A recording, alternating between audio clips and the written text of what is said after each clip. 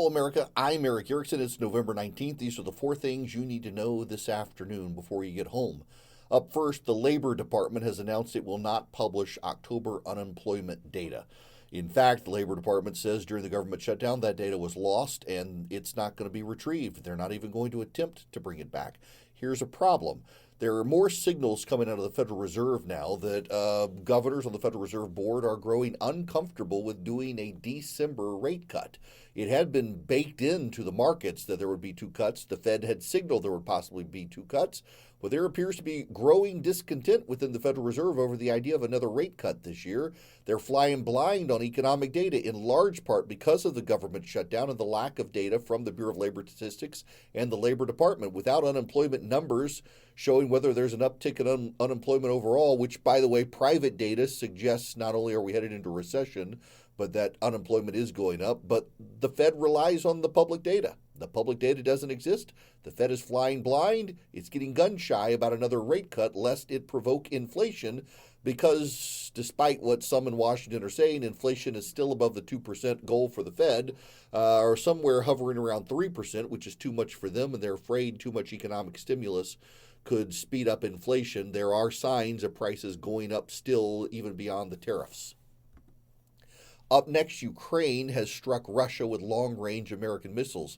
Now, what's notable here is these missiles they used rely on U.S. intelligence data for targeting.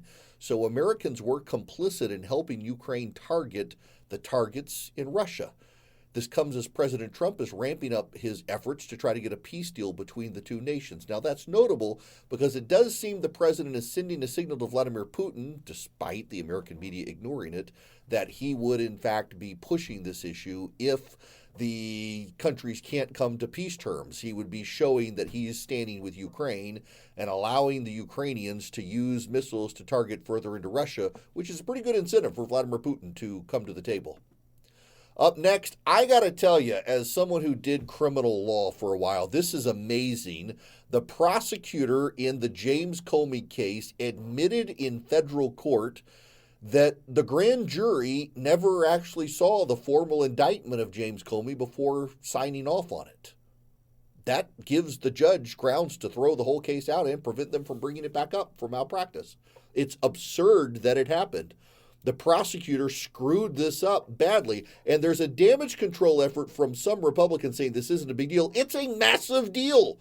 When the prosecutor goes to the grand jury with the indictment, gets the foreperson to sign it, but has actually changed the text and hasn't let the grand jury see it, that's really big, and that's what the prosecutor admitted to.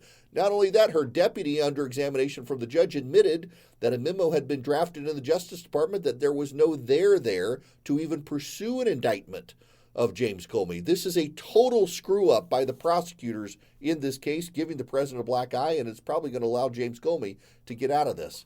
Lastly, the president says he's going to sign the Epstein legislation. Democrats are already saying, well, he's going to cover stuff up. There's language in the legislation that allows him to stop the release of information for national security reasons or pending investigations. There are no pending investigations. The other is national security.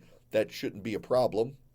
But I'm sure Democrats will suggest when the names aren't there that they're looking for, that there's always a conspiracy. Thanks to Congress, we've got a perpetual conspiracy going now with Epstein. If the person you think is on the list isn't on the list, you can say, well, maybe there's a cover-up and he's redacted. At least the legislation's going to be signed. Those are the four things you need to know this afternoon. I am Eric Erickson. If you could, please consider texting DONATE to 33777 as we help feed the hungry for the Thanksgiving season. I'll send you back a link you can follow to make a donation. $40 will feed a family of 4 for Thanksgiving. Thank you very much. Please stay informed, stay engaged, and please keep the faith.